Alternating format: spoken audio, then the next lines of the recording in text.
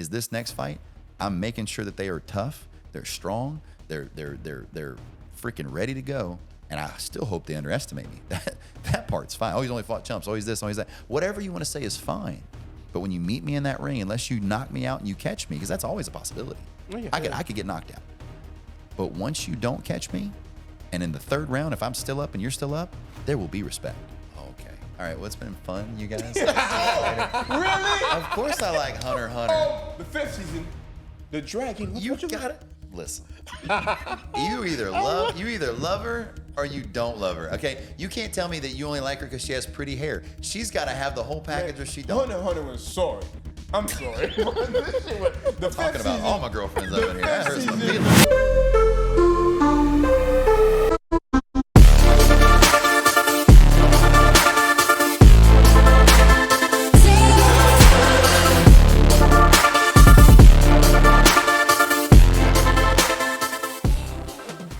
Ladies and gentlemen, welcome to the Haitian Kings Podcast. Today we have like an extremely special guest among us today. We appreciate him for his time. We got Grant Navarre sitting across from us, and he's a pillar in the community, entrepreneur. He's a real estate guy. He's a businessman, a fighter on top of it all. I don't know how he got time for this. Grant Navarre, welcome to the show, man. I appreciate y'all having me. I still say, after seeing Josh on here, I don't know what I'm going to do, but I'm all about trying. Hey, I think honestly, I know you were here as a guest, but I think Josh is the most lethal guy we had sitting on that chair. Oh, 1,000%. Yeah. That's for sure. Yeah, anytime coach tells you he's going to put 20% in, it's time to go ahead and get off the field. Oh, yeah. Ben, how you doing, man? Doing great. Yeah, I'm happy to be here, excited. We appreciate you for stopping by. We appreciate you taking the time to amuse us or at least stop by to have a conversation with us. We're going to start from fighting because that's when I got to meet you. Sure. How did you get into fighting? Well, I will say I've always thought I was tough, but everybody kind of thinks that or don't think that.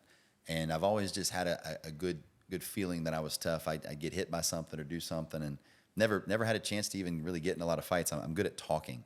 So if somebody approaches me and wants to be aggressive, I've typically learned how to talk them down because typically it's not worth it. And I've never gotten into a school fight besides like one punch here and there or something. And I had some events that hurt me a little bit. I went through a breakup about 3 years ago, and I said, you know what? It's time to change my life. And I've been asking Quayhagen since probably I was 25 to train me. But in Josh's defense, he gets told that a lot. Hey, I want to go train with you. And then he's like, show up. But the difference was I needed to show up for Quay. And so long story short, I showed up, fell in love. And here we are now, nearly 3 years later. So whenever you started within the process, I'm sure you get to see how hard it is. Like, what kept you disciplined? What kept you going? Honestly, what kept me going with the fighting is learning all the different techniques, trying to figure it out. And I'll tell you, I struggled with some of the most basic things. And it's if you hadn't done a martial art, you just don't really catch on to it that well. I've always been decently coordinated. I played high school sports. I've played any type of sports. Leonard Washington. I don't know if you know who Leonard is, but from Washington, Marion, we actually won a national championship together in YBOA basketball before. And I just thought I'd pick it up faster than I did. And once you try it, you realize how difficult martial arts truly are. It is. Yeah, because when I personally for me, when I went training with Josh, and competitive as I am. So when you see Josh moving, you're like, oh, man, I want to be like this. And then when you realize your body is not coordinated to what you're trying to do, that shit is hard. Hey, 3 years in, I still don't move like Josh. Oh, no, nobody moves like Nobody Josh. moves like The Josh. thing is, like, when he's training you, you do something wrong, he's like, okay, you got to do it like this.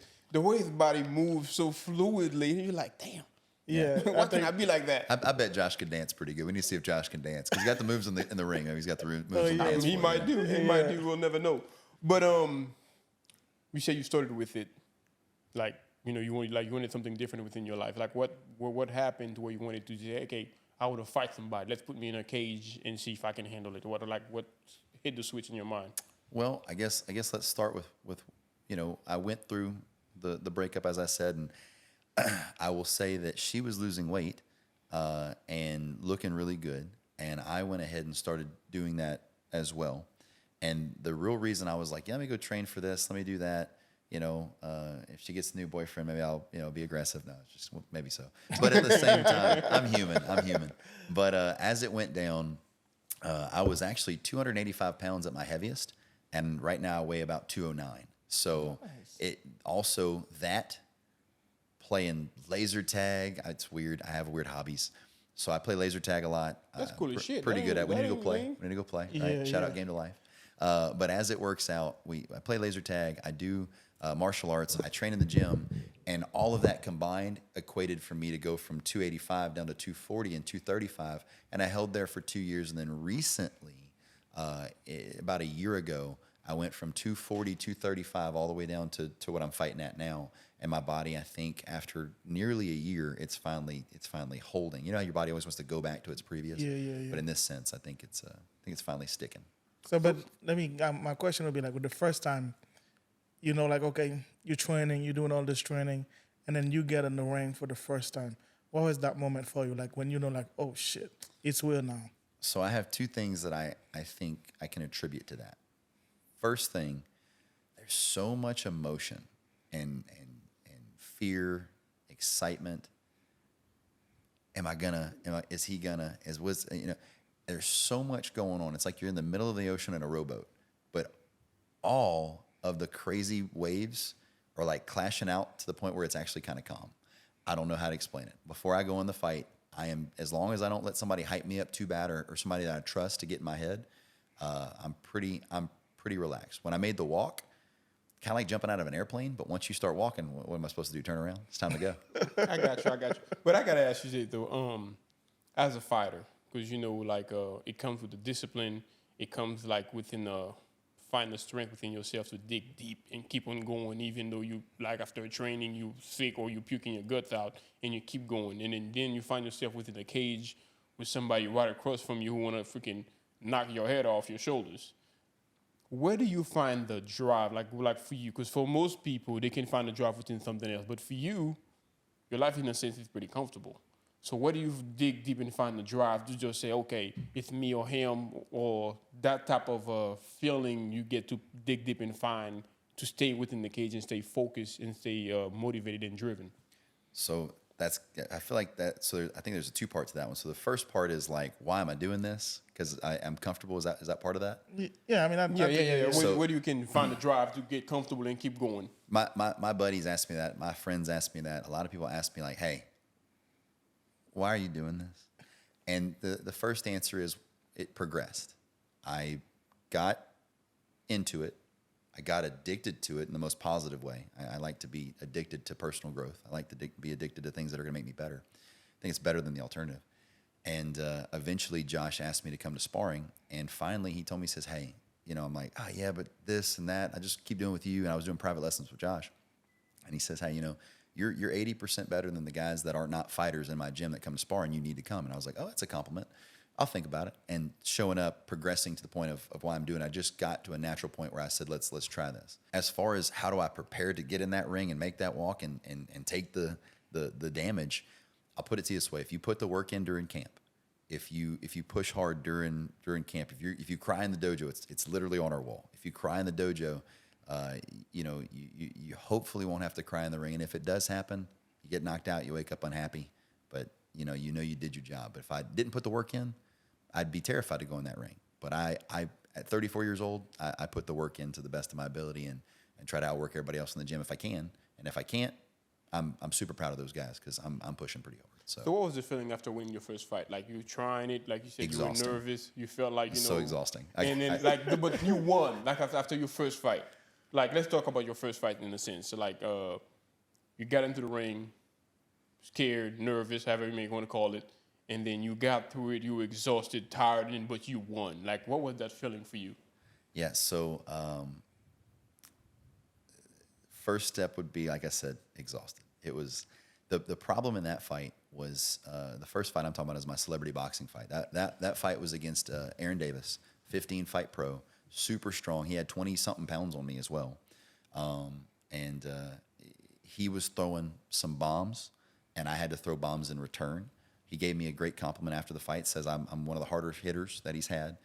He said that there was other times where he stumbled and if headgear wouldn't have been there and vice versa, he was very strong. But I appreciate the compliment. I don't want to speak much more on that because that's his business to share. But things he tells me in confidence, I want to keep that way. But he did give me some great compliments, and I appreciate that. I was super excited, super happy. It's winning a fight, finally proving to yourself, not about everybody else, but proving to yourself that you belong in that ring, even if it's a celebrity boxing event. I think there's a lot of stuff that comes with that. So was there some adrenaline or perhaps some confidence attached to it where you feel like, give me another one? For sure. The addiction grew at that point. I was 100% hooked on it, and yes, I was looking for my first fight. But to talk about the journey to get to my celebrity boxing event, because some people have been like, well, he's in his 40s or this. I'm 34. I'm not young. But at the same time, I get it, But he's also a professional fighter. Your first time after hitting the bag, are we jumping in there with a professional fighter now? I mean, especially a professional fighter with a 9 and like 5 or 9 and 6 winning record. Like, dude's a monster. That gotta be intimidating. Yeah, he fought Ryan Spann in the UFC. Yeah, dude's a monster. And people, oh, it's rigged. Oh, it's that. Like the car guy can't win a fight, and because he trains real hard, it's because it's always got to be a thing. But yeah, no, it was a great feeling, and it definitely lit the fuse for me to want to do more of it. But I will tell you that I did request to fight somebody I had never fought before, because I fought this guy. Let me fight somebody that's got some more rankings like me. Let's not go fight Ryan Spann now. I'm not crazy. He'd kill me, So I want to fight somebody who had a debut as well, and that's what I got in my second fight. So where you see this thing going? It's just like something you just feel like you're doing for side. fun, or is something you feel like you wanna keep pushing to like all the way to the UFC or something? No, definitely not the UFC. I look. I know my ability. I know my age.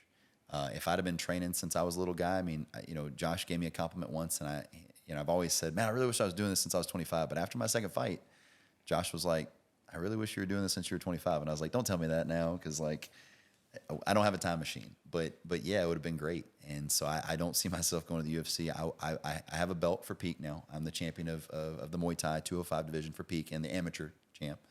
And I intend on fighting for an AKA belt as long as they'll give me the title fight, which the talks are happening.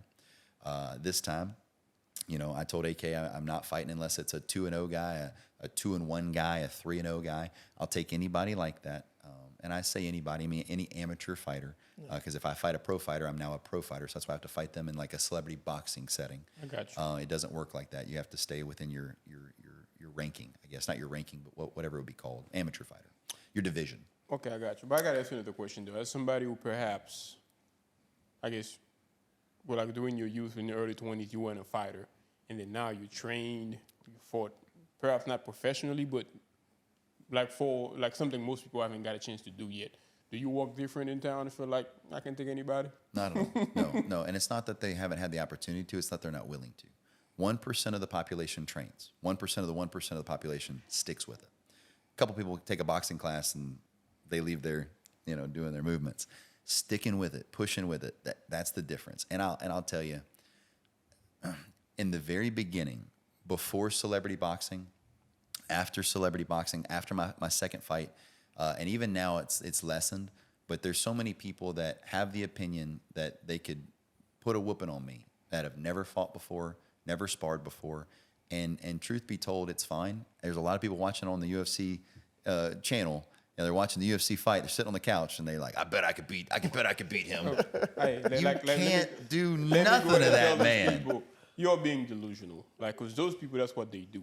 They train like 2 a days, damn near every day. And they've been probably doing it for like 5, 15, 10 years. You probably finally got a chance to see them. And then as people as we do, we're like, oh, I can do that. Or that dude suck. But trust me, it's not easy. Trying to punch a freaking mitt for like 2 minutes. 2 minutes, that's it. 120 seconds. You're going to be coughing your lungs out. I had to learn the hard way, so hear it from me. You guys do not want that smoke. Let's move along. And then when the mitts punch back, it makes it even harder. Taking damage. I'll put it to you this way. I'm so passionate about these things in training and fighting. I broke my hand in my last fight and didn't know it. You can watch my videos, and I had no idea until we got back to the locker room when we pulled that glove off, and I could feel it. That's the same hand I had already broken before. I had a plate and 6 screws in there. Doctor was like, "Yeah, you should be able to break this one." I told him I was going to be fighting. I guess he thought I was going to be hitting a bag versus others. And so now I have an entire rod in the entire length of my bone, and that's why it looks like I'm Frankenstein right here. But yeah, it's just that's gangster though, So you fighting, you broke your arm, and then you still keep going. You didn't even know it until you win the whole fight. Yep. That's gangster. And so the last part is, I think what makes it even more gangster is the fact that I took my wrap off today. It says I got my wrap off today and went straight to PE and got my first session in the last 2.5 weeks because I was ready for it. Like I said, that level of discipline, like in a sense, you got to be like a special you're good, man. type of somebody to find it within you to stay disciplined, even though, like you said, you took your cast off today and then you went right back to training. Some people would be like, yeah, let me take a day or 2 off or whatever, but you went right back to training. That drive comes from somebody, from somewhere else. And for people, perhaps it's money or maybe they want fame or whatever the case is, but in your case, it's a bit different. Glory. I want to be good at it. I want to challenge myself. It's all about personal excellence and in laser tag. I know it's weird. I'm going to say it a couple times. Laser tag is cool as shit. I don't care what anybody says. But I'll tell you this. Game to Life laser tag is where I play. It's tactical laser tag. I'm number 1 in town, and I know it's weird. Whatever. And I'm like top 30 in the entire world in that one game. I'm really good at it.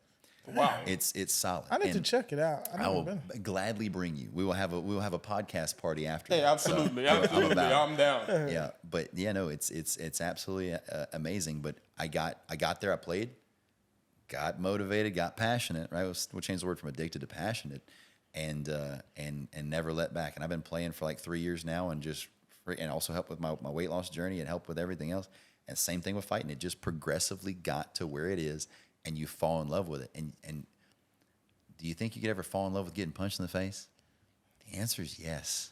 The answer is yes. Now, I don't want brain damage. I don't want to get hit like there's that boxer that got hit years ago. I think I know what you're talking about. And I mean, that's horrible. I don't want that to happen to me. But I love the sport enough to where if that did happen to me, I'm going out on my shield. But speaking of damage, though, are you the first person within your family that practices MMA or fights?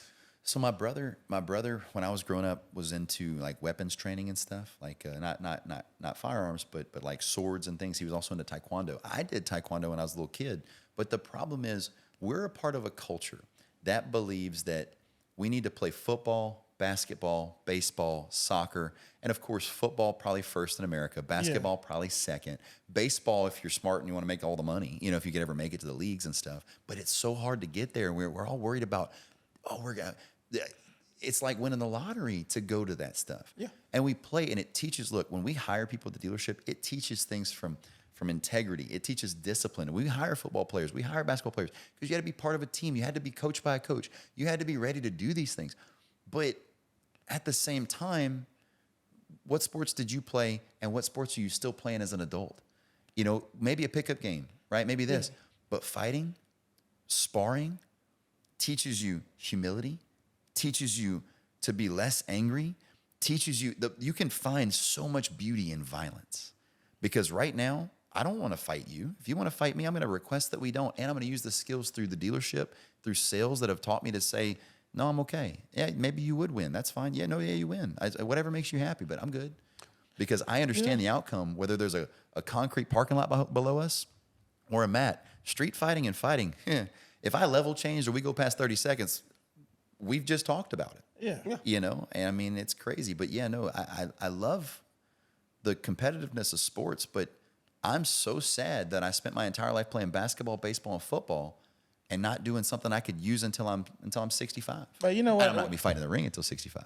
Hey, but you know what? But I can show up and hit a bag. Yeah, but you know what I like about, every time you got, you probably like the third fighter, maybe for the fourth fighter we got in here. Sure. So every time, when you talk with these guys, and even though when you watch podcasts, you listen to those guys talk, it looks like whenever time you reach a level where you're a weapon or you can fight, it's just like look, you feel sorry for the other person that's trying to fight you for no reason. You know what I'm saying? In the ring? In the just ring, that guy's ready, No, I'm talking about just different. Anybody, like where you go they somewhere. Avoid it. You're trying to avoid it as much as you can because pretty much that's what you do, like in an everyday thing. And it's like, man, I don't think you want that smoke, man. It's just whatever. Because when people like me and him, we know you don't do this. You're not a fighter. Like when somebody says something, shit, let's get it. You're ready to get it. But then when you get to that level, you're like, man, the guy don't even know who he's talking to. He don't even know, like, I do this. And I'm not going to say I'm all that, but I do feel like I train, I work hard, and I do have skill. But if we're talking about Josh Quahagen, yeah, we don't try to fight Josh Quahagen. You might get a couple licks in on me. You might. I'm pretty hard to knock out. But at the same time, we don't mess with Josh Quahagen, right? Yeah, I was just saying. So if you guys see him out there, just say hey, be nice. But he's such a nice guy. He's such a nice. He's the best. He's the best. Interestingly enough, I got a chance to meet him. Like we talked to him. He came here in the podcast. We had like a long conversation. I was extremely excited about it. But it seemed like okay, he's a nice dude. And I went and watched his fight, and I was like, damn. Switch. There's a switch in there. There's such a switch. You wouldn't be able to tell when you meet him. That's what's so amazing about it, though. But to me, he's like Picasso when I see him like training. When I see him in the training, because it looked like before he even tell his hand to move, the hand's already moving. Even before he tell his body to move. To me, that's what I'm looking at. Sometimes I got distracted watching him, just training you, telling you what to do. It's just sure. Years of doing that. He's a lethal weapon. That's what I call him. And I'll tell you this, the switch inside of you, I don't believe it's a bad thing. It doesn't mean that Josh is naturally violent. Josh is naturally humble. Josh is naturally amazing. He's naturally a God-fearing and a family man. That's Josh.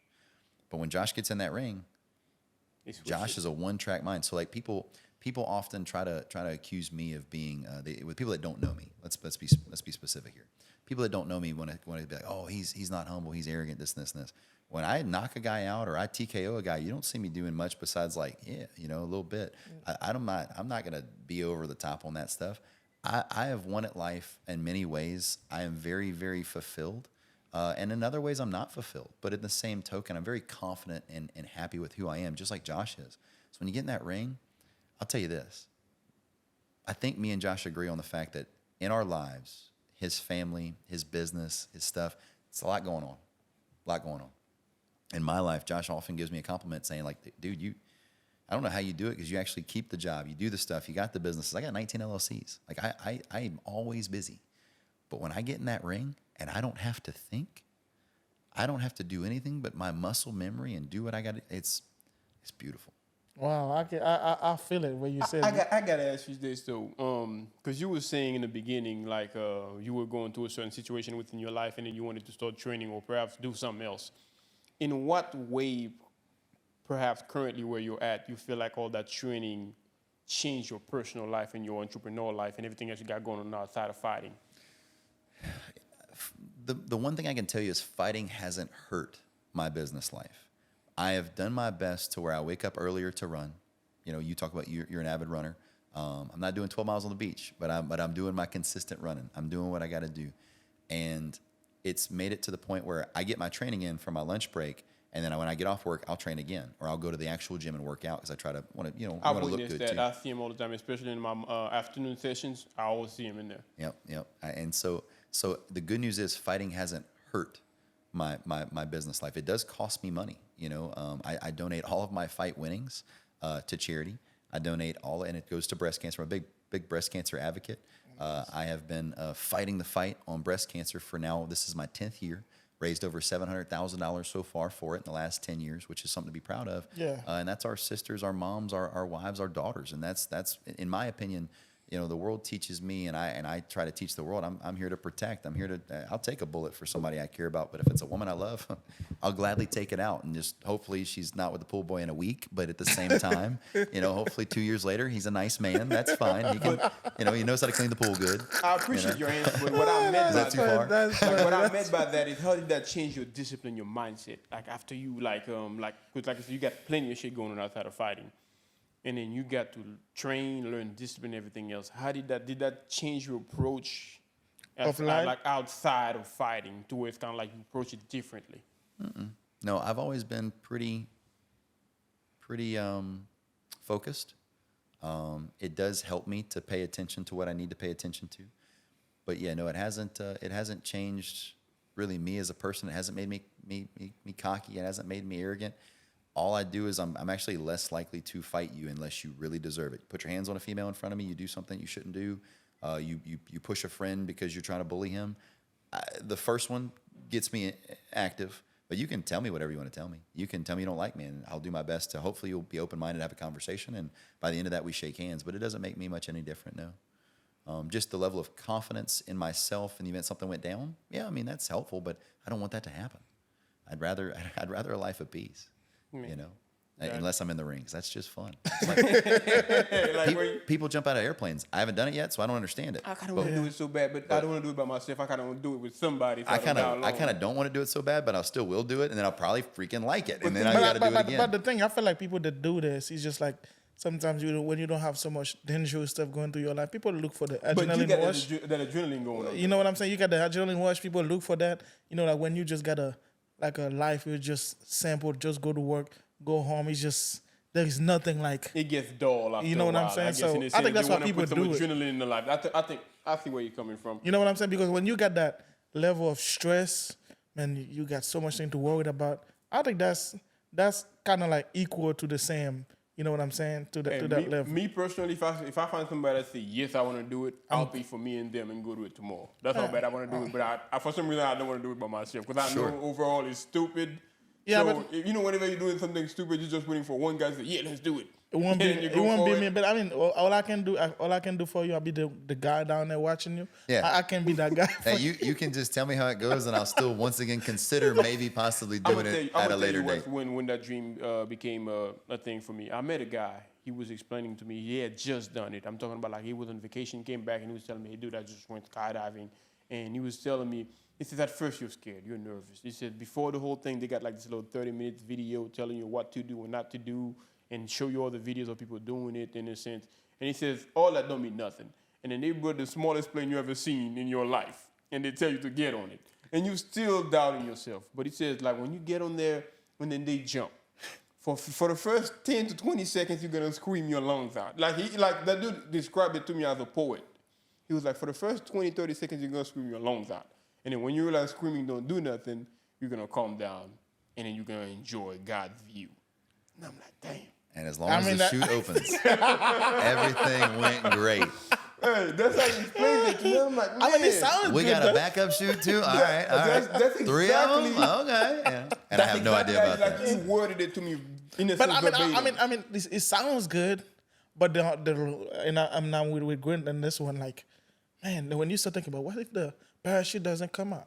Okay, we got a second. What is the second? But what's all this going through your mind? That's the thing is, the way he explained it to me, it's kind of like it makes sense. I could see the picture. Like when hearing that. I mean, I see the picture with you. So I'll add this to you, and I get it. But when people say, well, if the chute doesn't open, well, I mean, I've lived a good life. Now, I understand that. I told you earlier, if I'm doing something I love in the ring and I get hit and I become a vegetable, I just hope somebody's there to take care of me and push me around. Anyway, maybe don't let me stay like that. But at the same time, I'm going out on something I love. I can see that, but I'm also not hoping or wishing or wanting that to happen. So, hey, what happens if the chute don't open? Then it don't open. I'm like, all right, well, maybe you just missing a few in the head. You know? Hey, you know the chances of a chute not opening. I've done the research. I would if I was getting in the plane. But I promise that. I've looked it up. That's why I'm telling you. Like in the sense, he do his research. Do it. And it's because it's 0.7%. Hey, still that's a lot. You got a higher chance of dying in a car crash driving. I mean, that's me driving or something. I don't know. So that's what I'm saying, though. 0.7%. I feel like, nothing. But I feel like I'm in driving. I feel like I'm still in control, even though if I'm dying, you're not in control of the other car. I'm driving. I mean, I get that, but I'm still in the moment. If I see it, I got a chance because I'm driving it. But this is I'm just on somebody, attached to you. Yeah, I just like if the guy say, you know what, you never know. The guy probably like just woke up with his girlfriend, say, you know what, that was my last one. And then he's strapped to you. That's not good. Yeah. Now that he's saying that, you might think it's crazy, but I know we're getting off subject here, but that's the beauty of this show. We just talk shit. And there's this airplane pilot, like I want to say about 3 or 4 years ago, who just literally ran a plane into a mountain. Yeah, he did that. Because he was dealing with something. He did that. That's true. That is true. That happened, I want to say 5 or 6 years ago. So they got some crazy Yeah, he involved did- in he things did like that. that. Yeah. So be like, hey, But I'm man, just saying that if you Hopefully got that guy didn't pack the chute for you. You know? But let's go back. That's get funny. back on That's track funny. here. That's You say like you in a sense you're kind of an like an entrepreneur. Like what attracted you toward that path? To be an entrepreneur? Yeah. Basically trial and error of everything I've ever done. So I come from a great family, the Navarre family, the car business. You know, if you're from Lake Charles, Louisiana, or somewhere around it, you're going to know our family name. We've serviced the community for years. One of my favorite videos and speakers is Rick Rigsby. He's a great guy, and Rick talks about having your servant's towel be bigger than your ego. And so basically, by serving the community and doing things, I eventually got into the point of wanting to. I did well in the car business. At 18 years old, I was making about $75,000 a year, which to me seemed just kind of like a natural path because I worked hard. I did stuff. I was going to McNeese, and I realized later that when I was making about 85, my third year, in my fourth year, that I was doing pretty well for myself. I just never really understood. And especially when you're surrounded by successful people, you just like, oh, I'm trying, and they're like, no, you're doing good, but it feels like they're kind of lowering themselves to what you're doing when you're trying to get up there. And so I at 18 years old, my mother, and we'll get some fun in here. My mother came into my room, and I was in college, so I was a man, I got you. and I was making good money at 18 years old, making 75, and she told me that there was not going to be any girls, which I had a lady friend in my room. We were just watching a movie. She was like, there will be no girls in this room, in this house, without you being with me. I was like, I'm a man. So I decided to go move out. Thank goodness I had her to tell me buying a house at that age would be dumb, because I would have literally financially enslaved myself to that house. I've been trying to just keep up to be on that house and pay that mortgage and pay that insurance, and let's put in a pool and do a lot of lifestyle inflation things I don't need to do, because I got goals, I got dreams, I got stuff to do. And so I ended up going and buying an apartment, apartment for $95,000. It was half of a duplex, and it was on Harvard Street, right off of East School Street. I think I know what you're talking about. You know, and I lived in that, and I had like a $550 mortgage. Was very inexpensive. I had put 10 grand down, and the only reason I could buy it was because I had my $75,000 a year, but then I also had my porter job where I had made like 21 or 19. So they averaged it to where I had made what I had made, so I was able to actually buy the house, which was like $45,000 or so. I was all really to make to do it, and then. I got offered the other half of the duplex about 8 months into me owning this thing, and they offered me. Remember, I bought the apartment for $95,000. They offered me the other half, the exact same unit, for $80,000, and I was like, "Wait a minute! So you made 15 grand on me or more?" I was like, "Wait." I knew the builder because I had watched the apartments get built. I just always been a very observant person, and I knew the builder that built them, and so I was like, "Well, I tell you what," and this is where I learned something in business. Anytime you ever offer me a deal, I might be able to purchase this deal. You might want me to only purchase this deal, so I'll ask you for a week for me to think about it. This is a great tactic for anybody to ever use. So it's like, okay, give me a week, and I just want to have full exclusivity to this deal, and all I want is your word. We're not going to sign a contract. I don't have time for that. But I tell you what, give me a week, and I'll look at it, and I just wanted that I could buy this at $80,000 by this date on this time and by this time of the day, and give me a week. Okay, so I go straight to work, looking at the builder, doing the stuff, trying to figure out what it was. And at the time, I could build an apartment duplex for about $170,000. Now that $170,000 also came with where mine had Formica countertops. This one was going to have granite countertops. Where it had white walls like the old standard carpet apartment, it was going to have paint and be a very nice color and be kind of what I want to do. The floors, instead of having carpet, we're going to have laminate. The bedrooms would still have carpet, so you can take them out when they get all nasty or whatever. And then I also put in a bigger water heater because my water heater would always run out of hot water. So that was my luxury. And I put in a tile shower to kind of go back to the life I had at my mommy's house whenever I moved out, because I couldn't have girls in my room. So I wanted to go back to that luxury lifestyle. And then I also was selling cars to Sabine Pool Company, and I bought an outdoor spa. So I did a little piece of heaven for me with my tiled shower and my hot tub. And that's how I became an entrepreneur, because at 18 years old, I bought my first apartment. By 19 years old, I built my first duplex. I was living in one side, renting the other side, and completely was doing house hacking before house hacking was cool. I had eliminated my monthly mortgage, because my mortgage was like, it's been a long time, but it was probably around, $800, and I'm renting with insurance and everything, escrow, and then I'm renting the apartment for $850 back when apartments rented for $850, and now they're about $1,000. Yeah.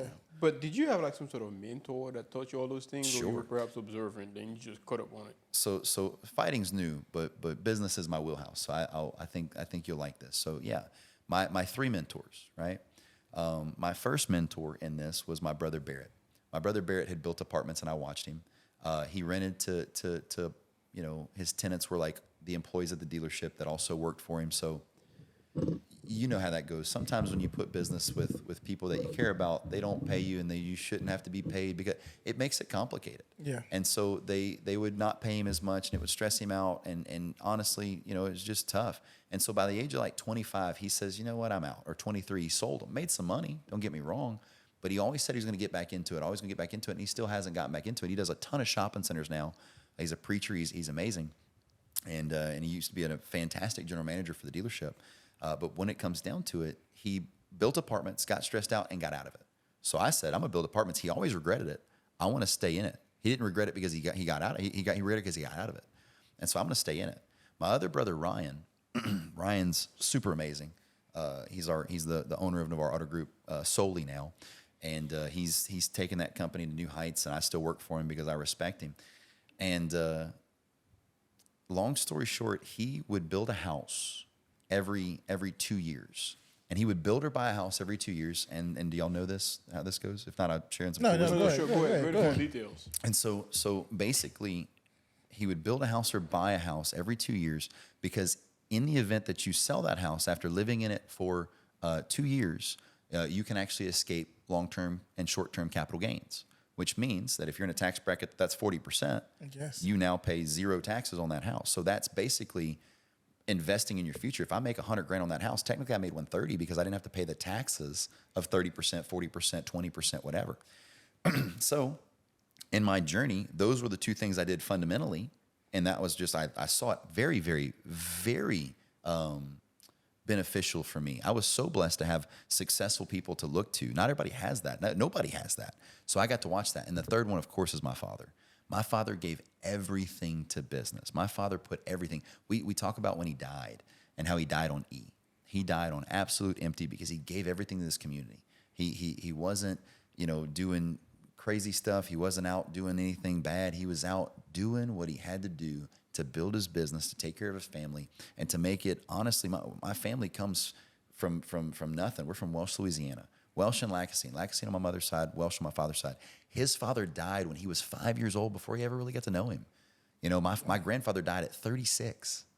Terrifying when you really think about that, when it kind of looks at law of averages, right? Yeah, We talk about jumping out of an airplane. extremely Let's young. just hope that statistic will rise so bad. But as it works out, my father, did so much, and he had a successful brother who had gotten in the car business.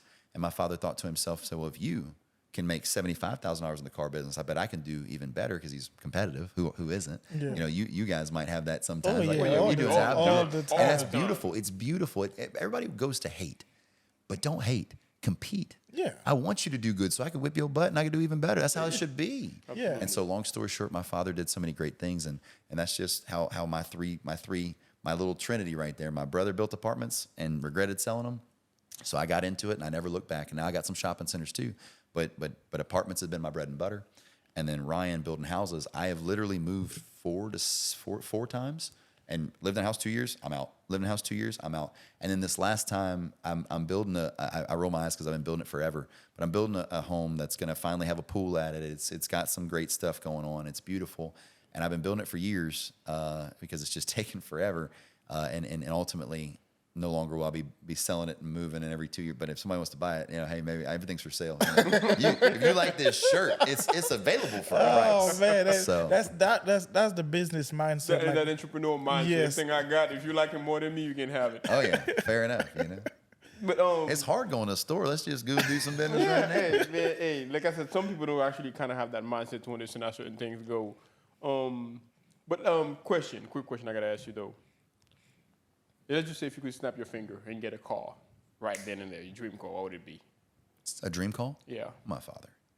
My father. I don't think you heard Your what dream car, vehicle. car like a Car. vehicle. I thought you said dream call. No, I was no, like, no. if I could talk to anybody. Oh, yeah, I yeah. got Touch up on confused. that. touch up on that. I think that's Touch deeper. up on that. If you get a dream call to your father, what would you tell him now? Everything you learned, the struggle, and Oh, we trying to make this thing emotional. man, don't cry on us. But I mean, you It's brought it tough. up. That's pretty good. It's though. tough, but yeah, I apologize for not understanding that one. I mean, that's good though. I but like it. But my dream call, if he was to call me, I mean, honestly, I would do. I'm an anime fan, right? I don't know if you're an anime fan. Anime? too. Yeah, but if I could have a Oh, day, we can switch to anime. if, but if let's I be- No, if, we're if good, I bro. could have a day where Goku could come back, that's my Goku. So Yeah. yeah, I would talk about everything. But, I'd probably get fussed at for some stuff. I'd probably get praised for a lot, and it would be a humbling phone call. And I'm sure instead of like, "Hey, I miss you," I'd be getting some talking to about things. But I know he'd be proud. He'd be very proud of all of us and everything. But of course, as you know, Haitian King Podcast, we're Haitian, and my father, like I always tell people, that's my closest friend. Like I always tell him, like my father was like the type of guy that kind of instilled discipline within me, and the type of discipline that he instilled within me as I got older now, and I'm trying to instill like discipline, that type of discipline within other people around me. Don't quite get it. My dad was kind of like the type of guy you could give like 150% into something. And you think that dude's gonna be like ecstatic and jubilant about it, and he looked at you and be like, "Could have given 200."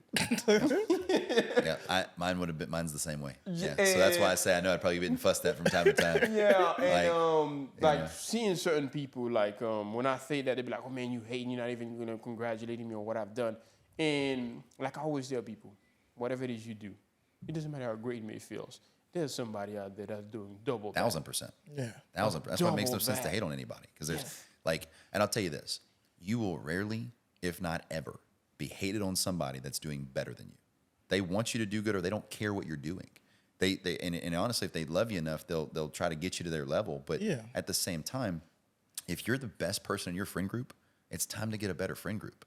You have to find people that push you, because if not, you're miserable. You're watching. You're pissed off. Excuse the language.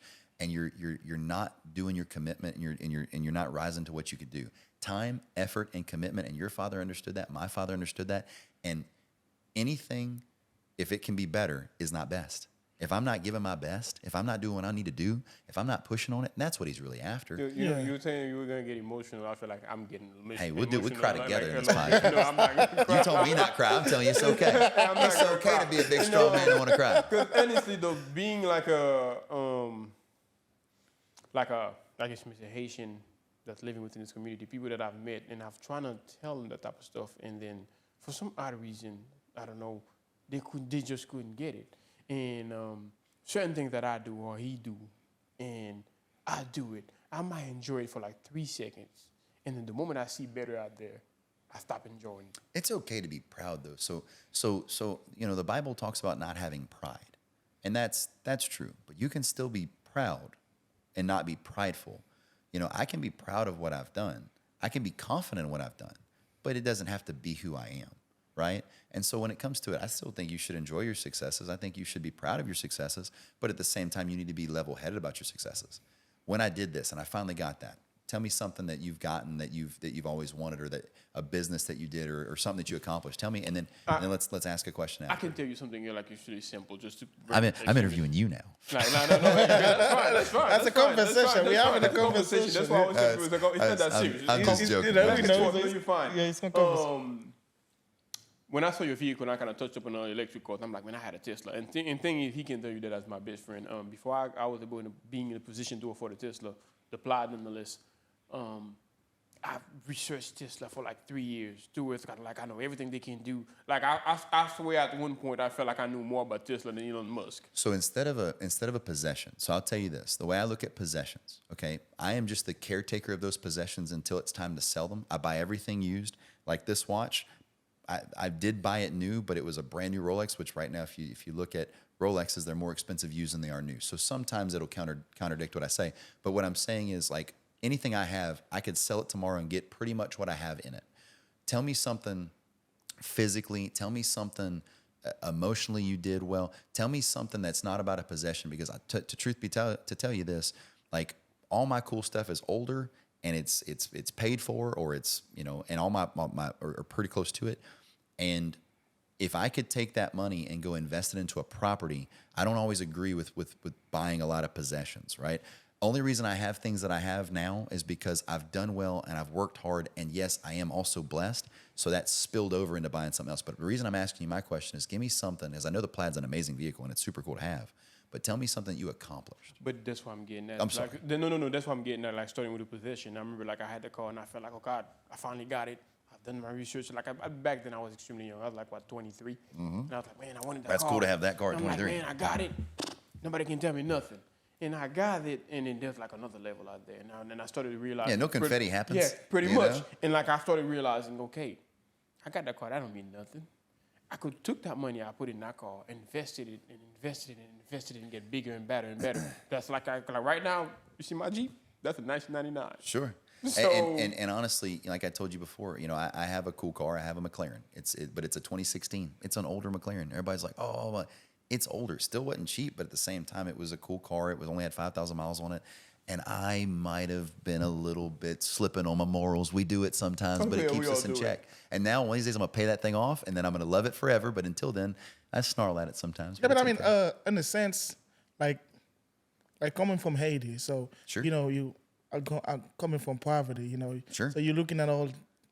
Then when you're looking at TV and you see the United States and you see all this beautiful stuff, you know, you're looking at like, you know, back in the days, big like hip hop. You're looking at those guys like, oh man, you know, I want to be in this country. I want to do this. I want to have this. So when you dream about those things, and then when you get here, you know, even though it was not an easy thing to do, it was tough for us. You know what I mean? We had to Sure. put the time in, work hard, and then go to school. But when you finally made that, so even though possession is not a big deal, but it is a big deal when you're looking yes, at I'm it. not. I'm not. I saying- understand. No, I get what you're coming But the from. materialistic thing was what drove us. Push Yes, us. yeah. No, I When know we that. got it, we like, okay, it's shallow. And it's not even shallow. It's just that if we keep putting it into toys, we don't get the retirement and the real life and the real Yes. happiness. Because we're trained to look at possessions and think that they're great. And I got some stuff. People kind of talk about it or hate about it. But like I said, it's an older car. It's this. I don't, you know. But what I'm telling you is I love possessions too. But at the same time, all I'm telling you is what could you have done with that investment Yeah, otherwise? I mean, I love, because when I think about it, because like 2020, that's when I started investing in the stock market. And I made a shitload of money. It's great. But I didn't invest the money. So at the time, I felt like, man, that was the time for me to have all this shit that I was dreaming of. But then it's a double-edged sword when you're looking at it. I'm like, okay, I could have invested that money, but I wanted those things too. So now it's out of kinda my... like an itch you need to scratch. Thousand- You cannot ignore it. You know, so 1000%. now... You know better, but you cannot ignore But it. now I'm just if I can go back, yes, I'll probably like, if I can go back now with this mindset, you know, like 4 years ago, 5 years ago, not with the itch. The itch is I scratches. It's done Yep. now. You know what I'm saying? But now, yes, now I'm with more in the business. We invest. Sure. So We got real estate also. I'm sure nowhere near where you at. Yeah, No, but- yeah. Real estate's real estate. You know what I'm We saying? can So always- therefore, we can always chat about that in the future. yeah, so too. therefore, so that's why it's like kind of like, you know, that's the mindset, because we like talking with business people. See, we never have business people around us, like, you know, tell us, you know, unless you're watching podcasts or stuff like that, but they never have a mentor, somebody tell you, hey, this is what you need to do, this is what you need to, you know what I'm saying? But we know we come from, we got the drive, we like, we don't mind putting the work, you know, that's something never. So I'll tell you this. I think about selling 99% of my possessions that I wear or do or this probably weekly right now. And the reason for that is because it's a distraction. I'll tell you this. Once you got it and you scratch the itch, like you said, now the itch has been scratched, and yeah, there'll be another itch. But once you realize that itch never made you, no confetti popped out, nothing really changed. Yep. And like you said, now you got the 99 Jeep. That's the right mindset. Like, honestly, I'll tell you this. If I wasn't 3.5 years on the paint on that car, which I don't owe a ton on it, but I don't owe a little bit on it, and I would sell it. I would call it a day. I would sell all my watches and chains and things like that. And the reason is, or get a smaller chain or whatever, is because what can that money do for me? When I look at it now, I kind of know what people talk about when they're like, man, you get to the point where you get the Ferrari, and you get to the point where you don't have a Ferrari anymore. And the reason for that is like you don't need it. It doesn't do it for you. And I know saying that people are gonna be like, oh, but I'm telling you, I think about this all the time. But and people that say that though in a sense don't quite get it. Like I kind of put it like an itch. Like I was kind of touched up on the possession thing. Like I said for the Tesla, I felt like I knew more about the Tesla than Elon Musk himself. Sure. That's how much research I've done about the car. And then when I finally got it, of course, when I pull up to the dealership and I pull up with a check from the bank, give it to him. And then I remember the lady was like, oh, you got to press this. I'm like, I know, we do this. And then she was like, I didn't know that. I'm like, I know. I knew everything about the car. And drove off with it. And if I'm being completely honest, 6 months, I was ecstatic about it. And after 6 months, it was just something that stayed in my garage that I didn't care about. Yeah. And I realized it didn't change my life that much. And it doesn't. It doesn't. Like the only reason I have what I have is because it's like I did well, and it's like let me treat myself. But then, what does it do? So, but anyway, let's find us another subject. Yeah, but I mean, but it's just I like that business mindset because when I watch a lot of podcasts, I listen to a lot of people that have those kind of mindset. You know what I'm saying? Like, and then I'm figuring that it was hard for me to just separate yourself from the possession. Like, it's kind of like, oh man, now I'm on the point like I don't even care what people think of me. I just want to make money, like business. The more you accumulate this, like you said, at some point you're like, let me just get this. And just I'll tell because. you, to prove the point of how I am, in 2020 when watches skyrocketed, I had probably 4 Rolexes, maybe 5 in my collection. I sold every single one of them. The only reason I bought this watch was because years later it popped up and it was available, and this watch was like $65,000, retail, and I could buy it for like $42 in the store. And so, long story short, the reason I tell you this, I ended up making $150,000 selling every one of my watches, and I loved those watches, but I also love what that money can do for me instead. And that was what I made, nonetheless, what I actually put back in the bank from buying these things. So I literally own these possessions, and in the event that you wanted any of the things I got, it is available for a price. Maybe not the best price, but it's still going to be a good price. It'll be a fair price. And just to touch up on the fighting a little bit. Sure. Let's just say you're going to fight some guy, and they know a little bit about your background. Don't you ever feel like, because I know like within the fight game, there's like a bit of trash talking or whatever. Sure. And then they know a bit about your background. In entrepreneurship, there's some trash talking. Not from me. Have you ever feel like maybe they underestimated you? They be like, man, this guy, he good. He don't want it as bad as I don't want it. Like, I'm going to show him in the ring. Don't you ever, have you ever had like, I know you only had like 3 amateur fights, but have you ever had like somebody that kind of approached it that way? If they did, I'm glad they did. And if they did, I'm glad they found out it's not the truth. So you can find out the right way, or you can train the right way. It's up to you. So yeah, if they believed that I was nothing, I'm 3-0. So, Yeah, I mean that's like you always. I hope they underestimate me, because that means they ain't training so hard. It easy for you. You ever seen Rocky IV? Yeah, I feel like, yeah. bro. Who haven't seen So Rocky? he got Drago on the mirror? Yeah. On every single fight I have ever had, all 3 of them, right? I have put that dude's photo, the entire camp, on my mirror. So when I don't feel like doing it, I feel like doing it. When I don't want to go train that day, he's going to whip me if I don't. I train, and I don't care if I know anything about you. My second fight, I had no clue about him. He had paralyzed a guy for life. I don't know if the other thing I had heard from Why would you want to fight somebody like that? Right. So my first fight, I'm fighting a 15-fight pro. I boosted a post on Facebook trying to get somebody to take the fight with me. Nobody would take the fight with me. If I'm such a chump, show up. What's the deal? I just needed to fight somebody that had fought for like trained for 3 years. That's what celebrity boxing's for. I end up getting a guy that's done it for 15. And I got in the ring with him. No respect from that. Nobody wants to respect me. That's fine. Okay, cool. My second fight, I fight a guy who's never fought before, so you can see me and his ability to each other. I've trained. He might not have trained or whatever had happened, and I had no idea about him. And he had paralyzed a guy for life. Factual. I know that happened. He told me that happened. Man, honestly, I would want to fight somebody and like I've that. heard That's other me. things too. He's been a big name in his community. I like him. He's a super cool guy, and we fight. Oh, well, it's because of this. The next fight I get this guy. You saw how tough he was. You saw how bad he was bleeding in that fight. He never stopped. Now, he did ultimately stop the fight, or the ref stopped the fight, however it happened. But understand, this next fight that I do, whether I win or lose, if I haven't gotten your respect yet, I will. The reason, and I don't want it, I don't desire it, it's your choice. I would appreciate it if it actually happened, but I'm not going to beg for it. What ends up happening is this next fight, I'm making sure that they are tough, they're strong, they're freaking ready to go. And I still hope they underestimate me. That part's fine. Oh, he's only fought chumps. Oh, he's this, oh, he's that. Whatever you want to say is fine. But when you meet me in that ring, unless you knock me out and you catch me, because that's always a possibility. Oh, yeah. I could get knocked out. But once you don't catch me, and in the third round, if I'm still up and you're still up, there will be respect. And the town, whether I lose and everybody's like, oh, I knew it. It could be a split decision. Oh, I knew it. He sucks. He can't fight. Bro, that's a reflection. I've learned this through YouTube. Nasty things being said about people that you don't like or you wish you were or whatever happened is a reflection on yourself.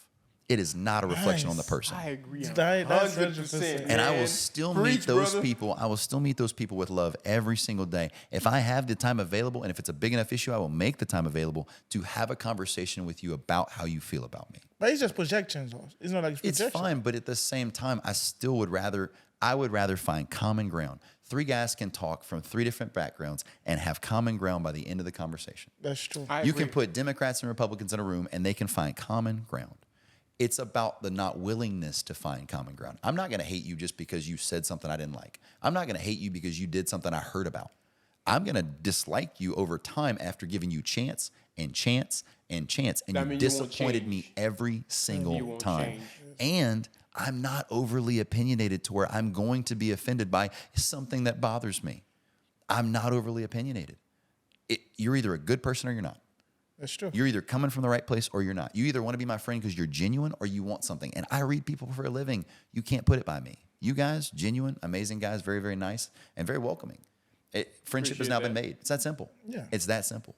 And so, but too many people are hating or wishing everybody could win. Not everybody. I wish everybody could win, but you know the truth? Not everybody wants to do what it takes to win. No, I agree. Yeah. 100%. They want it. But they're not willing to do what it takes. They don't have the drive. They you know look what? at- I can open my phone right now and show you a text message I sent somebody recently. Like, not recently, like literally like an hour before I showed up here. And I was like, because we did, I'm not going to say it was she or he, been wanting to kind of meet in a sense. And I'm like, busy. And I mean, you're always busy. I'm like, what I do might be nice. From afar, it look cool. You're busy, you're driven or whatever. But up close, it's not cute. No, man. People want people. Bro. Like in the last week, I've had a pump go out at my apartment complex that cost me $12,000.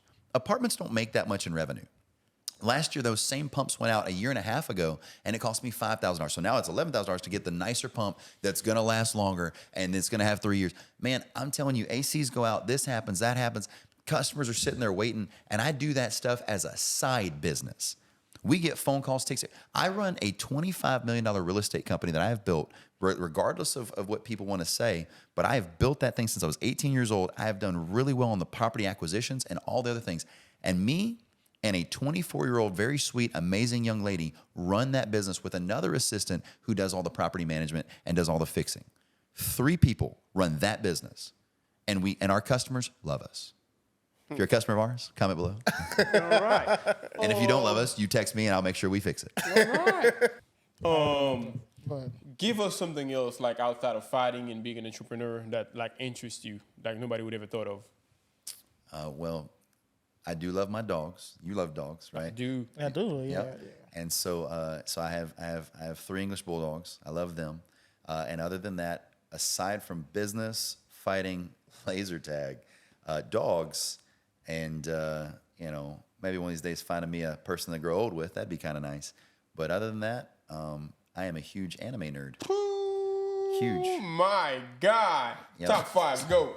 Top 5. Wait, I had Goku on my keychain. He's somewhere. Go. So my first one, of course, is going to be Dragon Ball Z. If everybody, That's the GOAT. That's the GOAT. what it is. And people. That's what got me into anime. So I love it, and I love it because people are like, oh, go, like, listen, can I explain something to you? Dragon Ball Z came out in the 1985 range, right? 1985, 1989, 1995.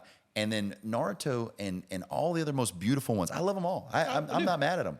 But they took inspiration. When Akira Toriyama died, they paid homage to Toriyama Sensei. If Josh dies, I'm paying homage to Josh. If someone else dies that I don't have affiliation with, I'm not paying homage, except for I'm sorry, I'll give you my condolences. But he means a lot to me. My father was my business sensei. He means a lot to me. You pay that respect when that respect is due. And it's the GOAT, and it started it, and it inspired everything else. And I feel like a lot of people, perhaps the younger version who got to see all the cool Jujutsu Kaisen, like the ultimate anime, they tend to disrespect Dragon Ball Z. And in my book, that's the first thing that made anime cool, Dragon Ball Z. And here's the thing. In my personal opinion, which I'm allowed to have. You have. Everybody is. In 30 plus years, nobody has done it better than that old butt anime DBZ and Dragon Ball. And then Super's okay. I'm glad I had something to watch, but it's not as good as the rest of it. I agree. I can be honest about my baby. You know. Hey, I agree. I'm on the same boat with you. Give me the top 5 anime right now. So my first one is going to be Dragon Ball Z. My second one will be Bleach. I absolutely love Bleach. I wish they'd have finished the series. They just came back out with 1,000 Year Blood War. Oh, it makes me so happy. You know what? I got to disagree with you on that because I got to keep it real. Hey, you said my favorite top 5. I'm gonna let you give me yours. I'm going to touch up on Bleach. Keep going. Hey, you can talk about it, but like That's literally personal opinion. Bankai. I'm just saying. Okay, keep going. Number three. Number 3, I love Naruto. But with the new stuff, it's hard to compete when you're older with the new stuff. And I don't like Boruto near as much. And of course, it's not for all the other reasons. And also, it just was a little slow. It had a lot of filler, like Dragon Ball Z did when it came out. But I still loved it, and I don't care how long a Frieza fight's going to take. I'm going to watch every second of it and all that stuff. Agree. But as it works, it's a toss up right now between Jujutsu Kaisen. I love that show. Love that show. It's amazing. Who doesn't? And then on top of that, Demon Slayer hits like nobody else. When you watch the movie they came out with first, I watched it 5 times in theaters. I got different friends. Some friends went the same time. I was hooked on it. I agree so far. I watched Dragon Ball Z Broly 1 time, and I'm a huge fan of all of it. The latest movie, the Broly movie. It's not the latest one, but yeah. The latest one, the one like when they pretty much changed the whole background of the Broly. Yeah, and that, but regardless of it, I watched freaking Demon Slayer in theaters. I've accidentally went to the new Demon Slayer movies because it's a recap of the whole thing. My goofy self's like, it's a new movie, and I'm sitting there and I'm like, I've already seen all of this. They got me. And then, so I think you said 5. I think that's 4. And yeah, Naruto can absolutely still be in there. Naruto's great. If I could fight with the freaking, have you ever seen Attack on Titan? Yeah, I love Attack on. But you said my top 5.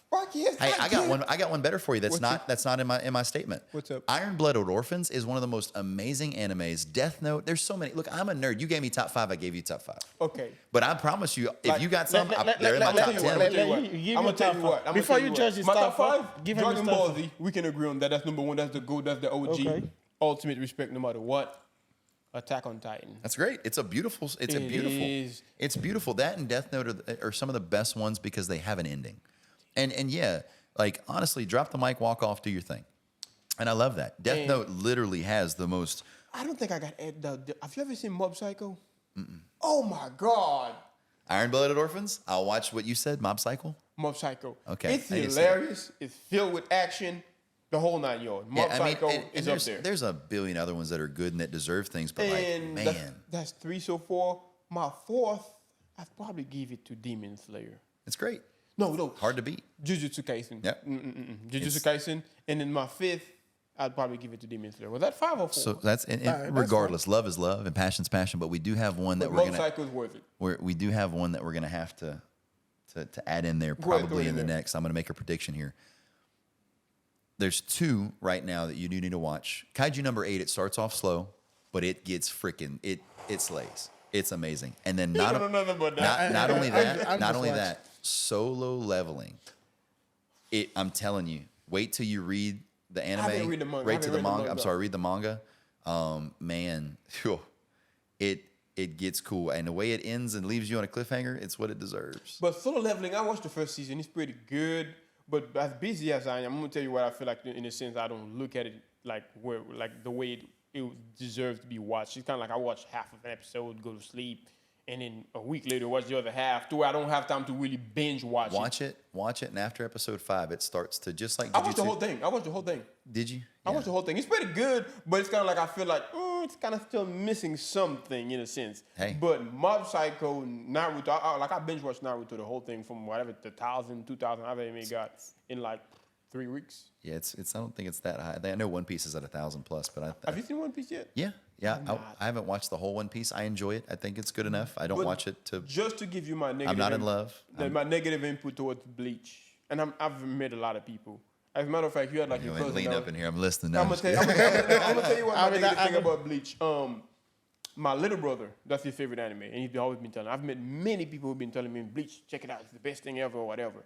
And What's your little brother's name? Mark. Mark? Yeah. Oh, he's a very smart man. Hey, but I'm gonna tell you why I disagree though. Like I said, it could be because I didn't get that far into it. It's not like I was the whole thing. So we're prejudging. Prejudging. Maybe I am because I want to say that was a subject in this podcast today. I watched about 70 episodes of it, and I'm like, dude, I'm pushing 70 episodes, man. That's still not that interesting to me. It's like, man, you're getting there, and I pushed it all the way to like I want to say 96, 97. It still didn't click till I gave up. I'll tell you this. I watched Bleach up to like season 3 probably 50, 60 times. Damn. When he is fighting and he turns Bankai for the first time, bruh. I'm going to get back onto it. Like, I'm going to take your word for it and take Gabe to get back onto it. Listen, Which one you say? Which one you want me to watch? And you say you. You know what? Like, the one thing I really want him to watch is kind of like, I know he's not really an anime guy, but I am, as you can tell. Is Attack on Titan. It's great. I feel like Attack on Titan, if somebody don't quite get anime world, like, that would get you. And I don't know if I'm saying this one right, but Akami Kill or whatever, that one, the first episode is gnarly. Like, that one is something to watch. It's a one season or 2 season thing. Everybody dies. Everybody. And it's like The Walking Dead. You got to realize that like when they're willing to take you out, you're like, everybody's like, I like this character. You make the face, bro, Attack on Titan takes them out. They did. Like, you're like, I really like, okay, well, but all right. I'm going to tell you what, though. You know when anime, when people tell me it's pretty good, I kind of want to fight them. That's how, like, disappointed I was about it. Hunter x Hunter. Okay. All right. Well, it's been fun, you guys. Really? Of course I like Hunter x Hunter. Oh, the 5th season, the dragon. You got it. Listen. You either love her or you don't love her. Okay? You can't tell me that you only like her because she has pretty hair. She's got to have the whole package or she don't. Hunter x Hunter was sorry. I'm sorry. This shit was, the talking about all my girlfriends over here. That hurts my feelings. The 5th season, give them some credit. I think you call it the Dragon Fall, whatever that last movie. You know what I'm talking about? Like when you call it Dragon Fall. You didn't like that?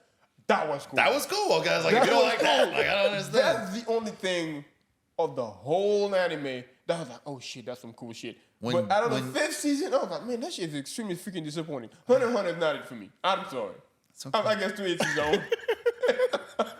And everybody's entitled to their opinion, even if it's wrong. To each his own. But Hunter x Hunter, oh my god. And you know who kind of made me want to go in and watch it? Michael B. Jordan. You know who I'm talking about, the actor. Right. He was like all hyped about it in the interview. I was like, he's gonna be in an anime cartoon. I think that's cool. He was like talking about like his favorite anime because he's also into anime, and he was saying like his top 5 or whatever it was. He also said Dragon Ball Z, that type of stuff. And he said Hunter x Hunter. I'm like, okay, if he said so, let me check it out. I mean, man, they're solid. It's cool enough. Watch it again. Sometimes you got to do. And I'll tell you this. So bringing up Michael B. Jordan. So something I do before every single fight, which I think y'all want to know this or not. Yeah, sure. I watch every single Creed movie and every single Rocky movie except for Rocky 5. Sometimes even Rocky Balboa, which it really doesn't pertain to the Rocky 1 through 4 typically in all 3 Creeds. And I'll tell you this: I fought back to back. So everybody's like, oh, blah, blah. I fought even back to back, and people still want to. And I break my hand, I'm fighting the next day. I mean, yeah, whatever. But anyway, long story short with it, I had to watch all the Rocky movies and all the Creed movies a month and a half apart from each other, which it becomes like I don't want to ruin my love of something. Like if you only want to eat pizza, you don't want. I mean, if you like pizza, you don't eat pizza every day of your life. Eventually, you get tired of pizza. So it terrifies me to eventually one of these days be like, man. But now that I got a couple months between my fight, and I get to rewatch those things. If Rocky doesn't pump you up, I don't know what will. Rocky 4. And that's what I like about. He's got one. You don't like Rocky either? No, I love Rocky. I'm like, you're absolutely right about That's it. the next subject. That's all I need to hear. But I'm tell you what, a lot of time, like when I'm at the gym and I'm like so motivated or I'm running, and I remember this friend of mine would be like, man, what the hell get you so hyped up? Sometimes I'm just listening to like anime speech. Yeah, like the matter of speech. Yeah, that 100%. Those things just get me hyped to hear. I play anime soundtracks all the time. Like my fight song to walk out for fighting is literally Cell's intro. Cell. That's my freaking intro. He wouldn't get Eric Thomas. I feel sorry for him. Eric Thomas just giving a motivational speech. I can't use my hands, so it's the best I can do right now. It's still messed up. So Eric Thomas, motivationally talking, and then it goes straight into Rengoku and then Upper Moon 3's fight with that really cool noise behind it, that really cool sound. Whenever I was in theaters, I fell in love with that sound. I told a couple of DJ buddies of mine, I'm like, I'm telling you, if you make a song out of this, I would listen to it. So that means other people would listen to it. Like, you need to do it. And then after that, it goes into the Demon Slayer intro to actually Demon Slayer. When I play laser tag, we play the Iron Blooded Orphans intro. And we play the Demon Slayer intro. My brother and everybody else like, we got to play those stupid songs again. I'm like, yeah, you're right. Because I'm going to shoot everybody because I'm getting hyped How up. did this thing start about fighting night turn into anime? I mean, you know what? Fighting anime laser tag. I'm a nerd, man, and I love it. Me too. I'm going to tell you what. You know what speech does it for me? The best speech I ever You're an heard? opinionated nerd, but that's okay. Hunter x Hunter still sucks. But hey, you know what speech does it for me? Like, I'm sure you said you watched Attack on Titan. Irvin's speech. Sure. Oh my God! Yeah, we all gonna die, and you gonna Yeah. We probably shouldn't say that word on the but that's what the thing that it make me go because when I like because I got a lot. Well, we can stop saying it, so you don't have to edit it out, and there's not bleeps and stuff, because you want to make sure it doesn't get demonetized. No. We're just talking good. about it. We Like, we just never had an issue talking because we just share an opinion. We, Cool. like, All right. we don't bring any copyright rules. or YouTube. anything. I don't know. Yeah. Like, but Instagram, when I scroll like Instagram, because the fact that the algorithm pick up because I got a lot of motivation stuff. Sure. And they always send me those anime, like the speech. I'm like, man, they pretty cool when I'm listening to them because they really. That's why they tell me to go watch that Attack on Titan, but I never can get into He's it. not into anime at all. So But I love the speech. I love what because I love shit. I love stuff like that. Favorite speech? I gotta hear you because you're an anime fan. You gotta have a speech. For anime or favorite speech ever? Anime. Okay. Because I definitely have favorite speeches. My favorite speech is probably Majin Vegeta mad at Goku, and him just. I mean, because you got to realize, like, He don't get it. And He don't get it. Vegeta's Goku's greatest adversary. He's not his greatest hater. But they he just push each other. That's right. Vegeta does hate Goku in a sense, but he loves him at the same time. 'Cause they I push- want to look if that's my fate to have a friend that I can hate and love at the same time. I'm gonna hug him every day and push I'ma tell you myself what, every like, night. you saw that I part- want it. You saw that part. I forgot what movie. I think it was like Battle of Gods. It could be something different. Sure. Maybe. And then when Goku was injured and they wanted Vegeta to kill him, he was like, I got so great. That was him. Frieza. That was Frieza F. That was Frieza Resurrection F. Okay, that was he in got Battle shot of with the God. ray That gun. was in Battle of God. Yeah, I got it twisted. Like, Yeah, it's okay. sorry. When he said, I'm a I nerd. can't kill that guy. Even though I love him. I hate him, but he's the reason I got to be so great. That's right. What am I gonna do if he dies? If I Yeah. died, I mean, I'm gonna just settle where I'm at. My favorite conversation from anime, not my favorite speech, is whenever Goku is fighting Majin Buu and Vegeta got owned by him many times, trying to help him out, give him that 1 minute that he needed, that he didn't. He needed more than that. But that one fight where he's just praising his friend, I love that. I love Toriyama 30 years ago. Gave us so many beautiful We're talking about that moments. speech from Vegeta when he was talking about like Yeah, he's just talking about Goku. He's like, "Yeah, you're amazing and this and that, and Goku, you've done everything." It's beautiful. It's beautiful. Look, I wish I I could. can I'm pull gonna out go watch my it YouTube on the for- way home. I'm gonna go YouTube that. like he wouldn't get that. You need That's to. lame. Like I'm gonna tell. I love it though. I love because I'm gonna tell you how that speech went. I think he was said like when I saw you fight, I realized how less than you that I can't quite quote it, but something like that. It's a great speech. Oh, and Great compliments for great two guys pushing each other. Interestingly enough, now that we're touching up on that, I know I'm geeking out here. you are. I mean, that's fans. good though. It's good though. But I love it. I'm gonna tell you, like, because I was back in Haiti. In Haiti, third world country, but I guess luckily enough for me, I was like middle class. So therefore, we weren't living as people think we are living in Haiti in a sense. And we had TV to where we get access to the like international channel. The first thing about anime I've ever seen, you can call my ex-girlfriend right now, she'll back it up, is that speech of Vegeta that you like about Majin Buu. Oh yeah. Yeah. Like when he was like, you can control me. You think you can control me with everything I got at the end of the day is pride. My pride. Yeah. Yes. Yeah. He don't know nothing about that. That's the first speech I saw about anime. He keeps throwing it at you. It's lame because I've been trying to get into anime for like 5 years and never want to get into it. And I remember that's the first speech I saw in Haiti. I'm like, man, what's that? That is just crazy. And I remember that's literally the first kind of anime I've ever seen ever. And then, of course, when I got to the United States, I went back and watched Dragon Ball from the very beginning. As you should. And the whole 9 yard, and then that's when my love grew. I think if everybody was into anime, and they'd have discipline. And not only discipline, but they would be better people. They would have a better outlook on life. They would be driven. Anime will give you drive. It'll give you discipline. It'll give you morals. It'll give you heart and love stories. It gives you. It's the Notebook and cartoons times the most best action movie you're gonna find, and yet people want to hate on it. And I'm telling you, like, man, I'll put me and my ex-fiance, very beautiful girl, and also to love anime. Whew, that's a combination. Man, you hit the jackpot. Yeah, well, I did at one point, but we didn't. We didn't. Somebody that's watch anime, like, what the hell are you, 5? We didn't. Yeah, right. It's hard. It's hard. And so, we didn't make it, but we used to ride bikes in Piccolo warm-up outfits. His, like the ones you'll see. Yeah. She had hers. I had mine. Bruh, listen.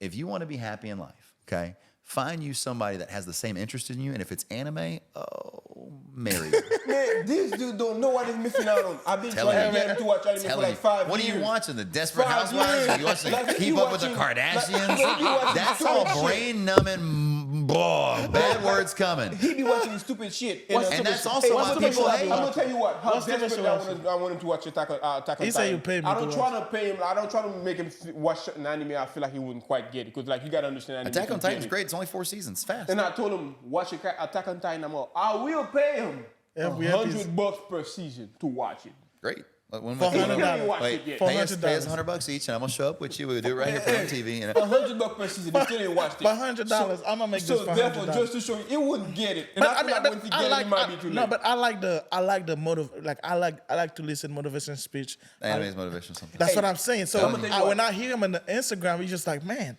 But what I can get though past anime for me is the fighting, the slow. I feel like sometimes it's far-fetched, the low fighting.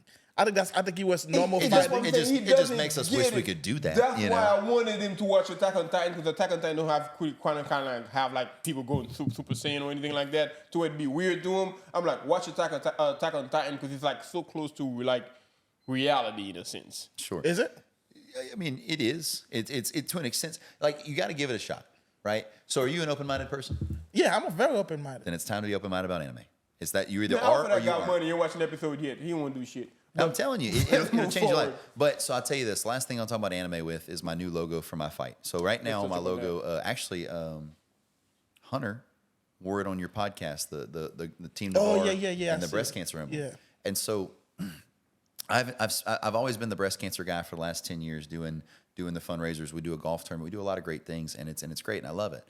But being that fighting is becoming a little bit more serious, whether I win, lose, draw, or go to sleep, and of course that's lose, but still, I made a new logo, and it's 3 clouds. It might be 4 clouds because it really looks good with the 4 clouds, but the 3 clouds are basically kind of, and not to get religious here, but like a trinity, right?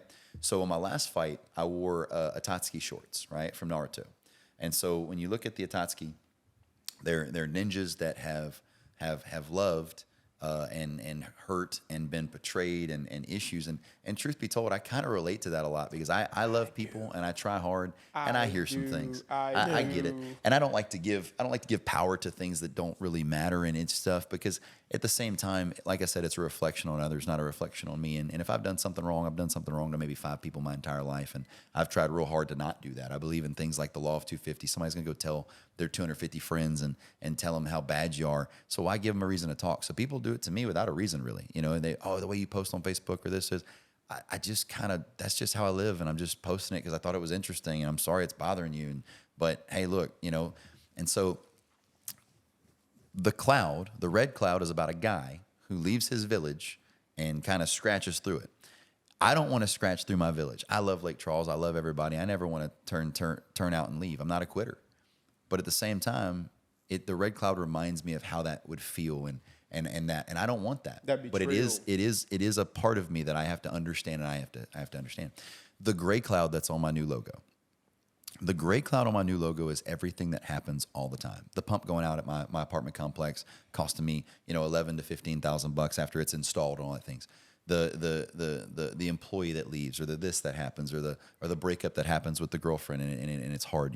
For my second fight ever, we were breaking up the next morning, and we knew that, and we still were being very sweet to each other. And I announced her at my fight, at the end of the fight, and all that stuff. And I knew, but at the same time, I knew we were going to break up, or maybe hopefully not, or whatever. But at the same time, it was going to happen. That's the gray cloud. Things that are going to happen in your life that you control the controllables. You try what you can. You do what you can. And if it doesn't work, it's just life. It's just life, right? And so the gray cloud is all the hard times that we always have, and they're going to happen, right? You're going to have hard times. You're going to have hard times. Everybody. But pushing through it, never letting it win. And so the last thing that I want to have on there is Nimbus, the gold cloud. And clearly the gold cloud is something I found through fighting, and also found again. Let's say found again. So the gold cloud Nimbus is something I found again, and that's through fighting, through violence. I found my way to praying more. I found my way to giving myself more and going to church more, and I can't do this by myself. And for years, going to the club and hanging out and doing stuff and partying, and I party pretty innocently. I only play with alcohol and stuff. I'm not a big advocate of anybody to do things or not doing things, but those things can ruin your life. Other bad things. Alcohol can ruin your life, but at the same time, everything's okay in moderation. Yeah. And so as it works, in Nimbus, the Dragon Ball Z cloud, right? When Goku was younger and he couldn't fly, he could ride on Nimbus.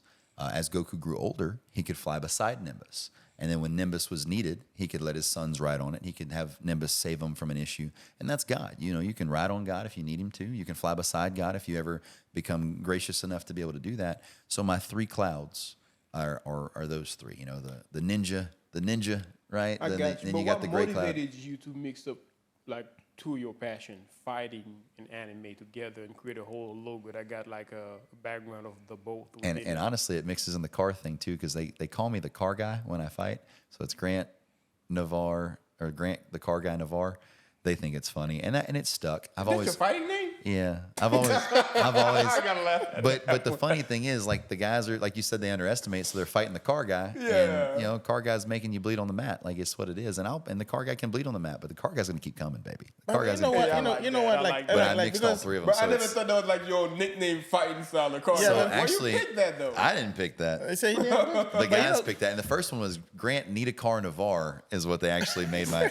So the car guy is probably what it's going to be, and I'd rather tie it into property. I'd rather tie it to something else, but I'm okay. But you know with what? The funny thing is, like, it's not a funny thing, but I mean, that's my first time. Like, I'm only met you in the fight and stuff like that, but I never had a chance to have a conversation with you beforehand. But I had a chance to talk to you. Like, I can see, like, a nice guy you are. You never know, like, somebody that grew up, like, in a different circumstances like that. You probably think, like, oh yeah, it's gonna be an asshole. But the fact that you take you self-aware of that, you take time and your energy to just trying to be somebody different, trying to be better, trying to help people, love people. To me, this is I give you. I appreciate For example, that's legit. That's to me, that's everything. And the ninja thing, the red cloud, the Atatsuki, is because no matter what happens, I'm not going to let anyone change who I am. I'm not going to let anybody affect me negatively to where I start going, you know what? How about I don't care? I'm still going to care. I'm still going to be there. I'm still going to put in the work. And, you can be better than me, but you won't outwork me. And no matter what my circumstances are, people think, you have this because of this. It's not, you're not wrong. But at the same time, the reason I keep it, the reason I built it, the reason I've maintained it, the reason I'm able to give it to other people, help other people, and give knowledge to other people, because that's a beautiful thing. I teach a sales class, and I try to make people great every single day. In my career, I have made 21 managers that have gone on to not make 40, 50, 30,000, hundreds of thousands, 200,000s of dollars a year because of the knowledge that I've given, the time that I've given, the way I teach them. My people love me that I teach. And then if they don't love me, they respect what I've given them. Because it's easy to hate. It's hard to have understanding, and it's hard to meet people where they're at. You're right, 100%. It's hard. But I got to ask you this, though. Let's just say if Sure. you had to go back to your younger self and give him advice, besides the fact you would tell them not to watch Hunter x Hunter, what else would you tell them? What would you tell your 15-year-old self? Well, so I have a truth to this. Of course, I would give advice when it comes to, taking advantage of opportunities, things of that nature. And that would just mean things that I probably wouldn't share on camera when it comes to relationships and learning and learning just to be what you need to be. Because I got married when I was 21, and I got divorced by the time I was 23. And we were together for 11 years of our lives. We were together middle school, high school, college, and after. And, the one thing that I can sort through in my brain right now and tell you without any shadow of a doubt, my entire heart, I gave my life to my business. I'm also going to tell you that I do not wish that I'd have been a fighter more so than I wish this. I don't wish that I'd have started fighting it at 3 years old so I could have been a UFC fighter. I'm cool that I'm old. I'm cool that I'm 34 years old. I'm cool that I'm not going to make it there. I'm cool that I have no chance to make it there. I don't even do jiu-jitsu very often. I wrestle and I do a little bit. I'm a white belt in jiu-jitsu. And so me being a fighter, I have no regrets over that. It sucks that it didn't happen. It sucks that I didn't show up to Josh's dojo and be like, sup, what do I do next? And I tell him all the time, I make him a business card, and it's like Josh Quayhagen, badass, excuse the language. And then on the backside, it'd be like 1 free session, show up. So that way that it doesn't, a business standpoint, we could have done better on both sides. Yeah. Because me as the consumer, I got to go to you, and I've told him like, no, we need to bottle what you are and get you more business by letting them come, by giving them a free session on the back of a business card. And so, I want to always help my friends and my people that I love, but I would 1,000% tell myself that you don't have time to be young. And what that means is, I tell this to people all the time. Everybody wants to party when they're young and work when they're old. It's not the right way. You need to maybe do both. Life is about balance. You need to have some fun. But you need to work when you're young, and you need to take advantage of the opportunities, and you need to start now, because you talk about stocks. Yes. What's the number one thing that helps in stocks? Compound interest. Yeah. And if you just started when you were 18, putting a little bit of money in, just $20 and $27.40. You do $27.40. What's that in a year? Y'all know? We know it depends on the stock. Nope. $10,000 cash. $10,000 cash is $27.40 a day. $27.40 times 365 is $10,001. You do that for 30 years. That's $300,000. But if you invested it every single month for 30 grand, for 30 years, that's $1 million+ dollars. Compound interest is beautiful. So we tell these kids to have fun when these kids need to start working. And that way they can actually have the future that they think they want versus hate on the future that they don't have. Wow. The other problem with all of this, I worked my entire life. And at the time when I'm 25 years old, 23 years old, that was my entire life. 18, I started working at it right out of high school. I get my job. I start selling cars, and I'm good at it. I talk for a living. I read people for a living. You can't take advantage of me because you better be a con artist on con artist to be able to shake me and make me think that you're a friend when you're not. I know when you're kind of a friend. Kind of a friend, you can still be my friend. Really a friend, you're my brother. My brother. My fighting guys, my brothers. The guys that you have on this podcast, my brothers. Josh is my brother, but I also respect him as if he would be a mentor to me. He's not my father, but hell, Plus if he would have been, whip your ass. Keep that that's in mind. right. That's right. No belts needed. No belts needed. Right. And so, but I'll tell you this: when I was 24, my father got sick for the first time when I was 23, 24. It's hard to remember the exact times because he got sick twice. And I was going through my divorce, and I had gone through my divorce, and I had still worked and done some stuff, but my divorce was starting to get harder on me. And I'm human, right? We can edit out the whole I have emotions and stuff. It'd be great, but it's fine if they know. And so, long story short, I said to myself, I'm 24. I've worked now, 6 years? I've now worked 6 years. I was a finance manager at 22 years old. I broke every company record we've ever had. The two managers, I'm not going to say names, but two managers that would 100% probably even comment on this, were working at Bolton Ford next door. I put up more than they put up combined by myself. I'm telling you, I'm as good at what I do as I can be. And that's sales, that's the warranties, all that stuff. I show you the reasons why you need it and how it's going to improve your life, and it make sense. And I don't lie to you, cheat you, or steal you. I just show you. And the way I show you, you find value in that. And at 24 years old, which is also the biggest regret of my life, not my divorce, not my latest breakup, my biggest regret, and it means no disrespect to them. They meant a lot to me. My my last breakup, she means the world to me. And truth be told, it sucks, but just life happens, you know. And one of these days, I think we'll be friends. Right now, of course, it's hard in the meantime of those things. And I predict the future that one of these days we will be. And so as it works, my biggest regret in my life is that I thought I had time to party. And I went out, and I'll tell you this, for my 21st birthday, I went and bought alcohol after work at a gas station, and I went and put it on my refrigerator, and I never opened it for weeks. One of my really good managers, Zach Albin, who came off my sales team, he's our finance director now. Zach Albin took me to lunch one day during this time, and he tried so hard to get me to hear him. And sometimes we don't want to hear it. Even now, there's things that'll happen that I don't necessarily want to hear. You know, you post too much on social media. That's your opinion. You know what? If I hear about it, maybe I change it. But I'm tired of changing for a mob. I want to change for the better. And I don't post out of malice or nastiness or whatever else, but I'm trying to hear it. It's hard to hear you should listen to anime. I know it's funny, but it still might something that hooks you. You might you find something in it. But as it works, he tried to tell me, he says, Grant, I want my old manager back. This was when I was 24, 25 years old. I want my old manager back because, Grant, you know, when you had beer in your fridge in the past, it expired before you drank it. You worked and you worked and you worked until the job got done. I would work until 9 o'clock at night. As a finance manager, other people, I'll tell you two things about my finance career and we'll move on. But I had a manager quit because whenever he would leave work, I didn't. Whenever he would take his days off, I wouldn't. And he would come back so far behind that he could never catch up.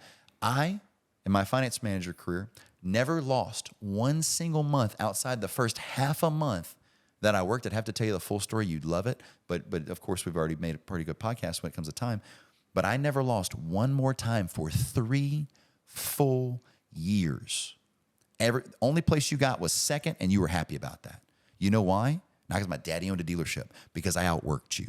Because I would do what you wouldn't. I am willing to fight at 34 years old and do what many are not. And so here's where it comes. You got the result to show for it, whether somebody want to take it or not. Sure.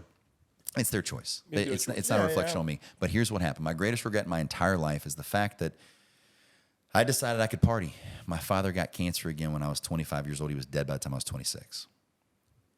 I was the golden child of golden childs. My brothers will tell you that. My father made a statement, and my father would always say this, you know, you're one of my nines. You're one of my nines. If you guys worked for us, not only have great personalities, but as long as you performed and did what you need to do to be successful and had the results. My father was not like you try real hard. You had to have results as well. Kind of like your father's tough. Like, it's just what it is. I need the results and I need the effort and I need this. And guess what? You just did it. I need more because he loved you. Yeah. That's all it is. It sucks, but it's great. It sucks, and also it's not only it sucks when you're taking it, but like whenever you're trying to translate that same lesson towards other people, and they don't get it. They got to go through the same. They got to go through the same raising. Like a round of applause, man. No one cares. Like I can show you somebody else that do double what you did. What then? And so, long story short, I partied, and I'll tell you this: the thing was, the damage gets done, and you can't take that back. So the fact that I had partied, he got sick and he got concerned. Like, that's his business. That's his stuff. Now, I still own the exact same portion of the company as Ryan did and Barrett did. It was us three. Well, a third of a third of a third. There was nobody that owned more. But still, from going from the golden child, the one that has broken the records, the one that did so many great things. I broke my first manager record in my 3rd month as a finance manager. My 3rd month. My brother didn't break his first one until 10 years. I don't say I'm special. I prove it. And I don't like to, it's arrogant. Leave me alone. I'm proud of my accomplishments, and I don't have pride about them. But as it works, I was now number 1 when he died as a sales manager all those years later. But the damage was still done. I still hurt him, and I still did that by going and partying. And I'll tell you this year, I'll be sober for 5 months, right? Sober for 5 months, and I'm only sober during my fights. My buddies are like, can you just drink a beer so that way I can feel better about it? Like, it's kind of weird. And I understand making the uncomfortable comfortable is hard for many. But, like, I respect me. You respect me. Let me encourage me. Don't pull me back. And they don't mean it like that. We all know that. I know. But as it works, I'll be sober for 5 months this year. Those are some of the most productive 5 months. Those are the most focused 5 months. This stuff, when we look at it, it's not worth it. But yes, it's fun. It's something to do. But if we put all that time that we do into the BS, the video game. I don't play video game. I can't stand it. We do all that. We put all that time, all that passion in that. We ain't got no choice but to be successful. But we too busy numbing ourselves with, and it's tasty. Don't get me wrong. I'll go ahead and just make sure you see a sip. But I mean, No fight camp right now. but the thing is, coming from us, like, I know what she say. I know what it takes to be successful. Sure. Because, you know, I And always you're say, willing.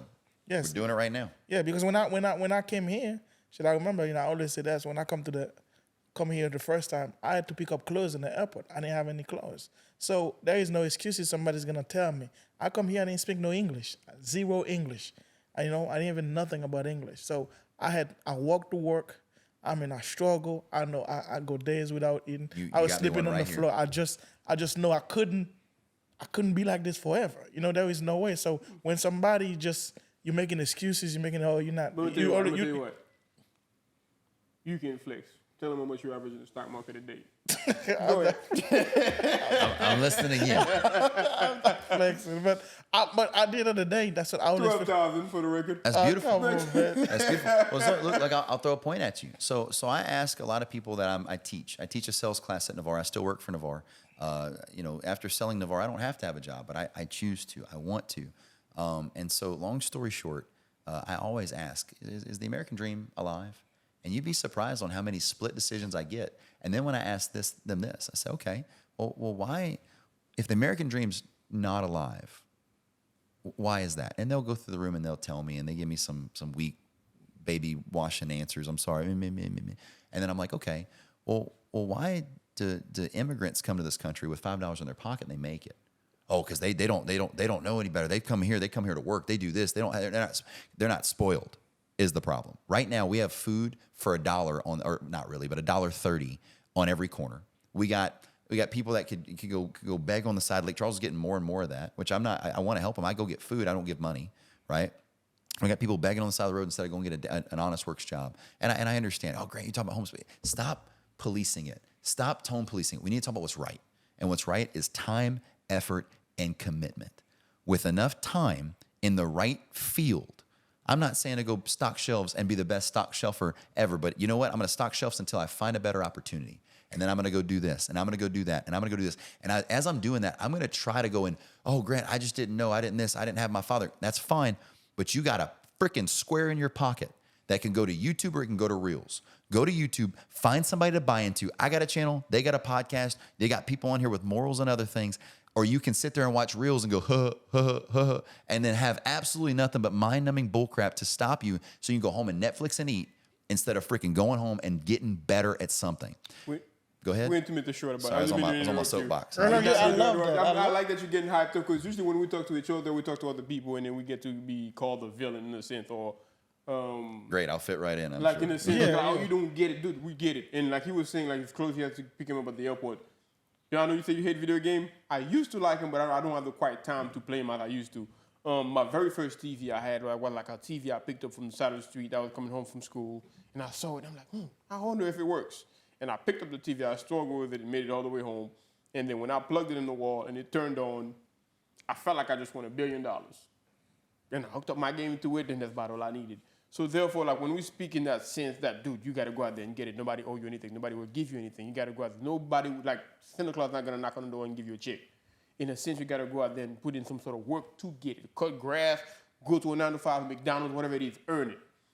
When you speak like that, people always tend to be like, okay, man, you don't get it. You this, and this, and that. And I'm glad we got somebody, I guess you may say from the other side of the aisle, sure, who can tell you that's the only way to get it. And I really appreciate that, and I've been enjoying this whole thing. I don't know what else to say. I'm ecstatic. Yeah, a great book for you guys that is solid, that teaches you that money is not inherited; it's earned, even from a guy who has inherited money. I understand that. It's like everybody treats us as a boogeyman, but you've seen the company, you know the company.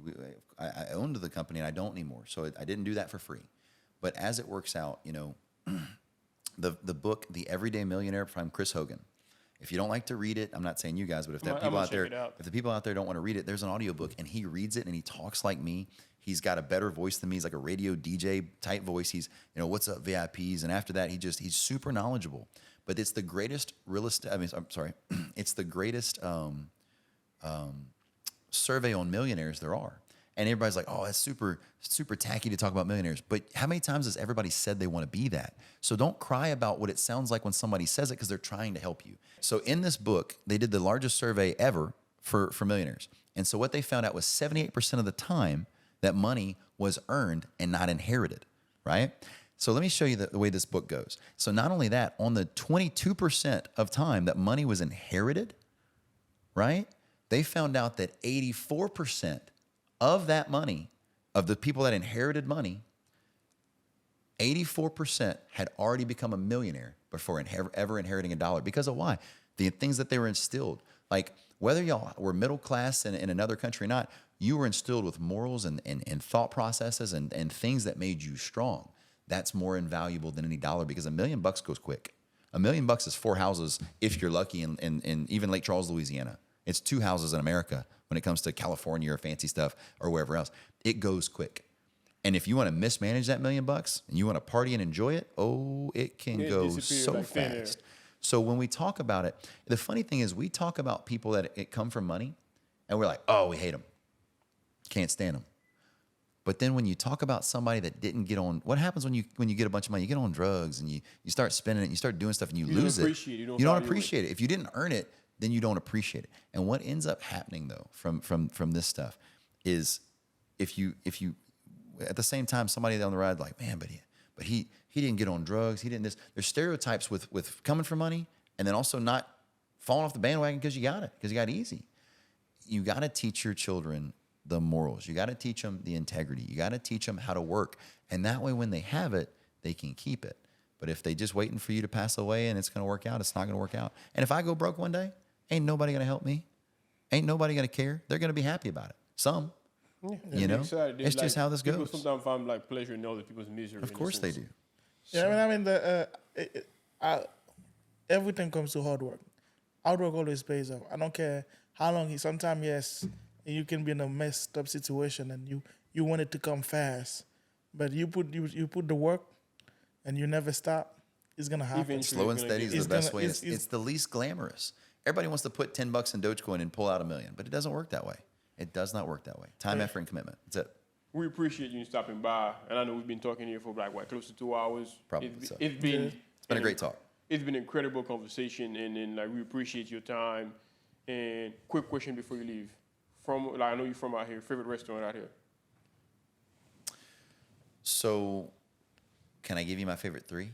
Go ahead. Go ahead. All right. So, my first one that I really enjoy is going to be I don't go often enough, but I'm always in camp. But Pat's of Henderson, my father loved their gumbo. It's the greatest gumbo in town. I love their gumbo. I love their crawfish etouffee when I can eat it. But there was a reason I was 285, so I got to stay away from some things. I like rice and potatoes. And so there's that. My favorite steak in town is going to be Mazzin's. I do enjoy Mazzin's. And then my third favorite is going to be Vic and Anthony's, just for the ambiance and how nice it is. But I will tell you, I've been trying another thing. I'm telling you, I've thought about selling my possessions. Not all of them. I don't want to be like a hobbit or that's I'm thinking of Lord of the Rings here, a hobo. I don't know whatever you would call it. But at the same time, I wish we could put sandals as a dress code for the. No, it's not. You gotta just nice. No, I know, but like because I'm a fighter, I want to wear sandals every day of my life. Like I am literally becoming a weirdo. Josh Quahagan is rubbing off on me. When you see me with like long hair and sandals every day, he wears shoes. I don't know why. I like sandals. It's so freeing. It's comfortable. But as it works out, man, I'm telling you, I like Vic and Anthony too. I like the what's that? Is it a potato with cheese? I think. But Al Gratin. But from Vic and Anthony's. Yeah, but I'll tell you this. Legit. I love Vic and Anthony's, and Tillman does a great job with all his businesses, but he doesn't need my business. I will tell you, I have made a vow to start spending more time in local restaurants, helping local business owners, whether they care or not. I just want to make sure that when I go to stuff, and at the same time, I don't want to be always in that fancy. I want to go enjoy some normal stuff. I'm still going to be in Vic's, don't get me wrong, but I'm also going to be at Knowles. I'm going to be at Pat's of Henderson. I'm going to be at Mazzin's. I'm going to be at 121. Oh, I love 121. I like to eat. So you ever tried what's the Area 337?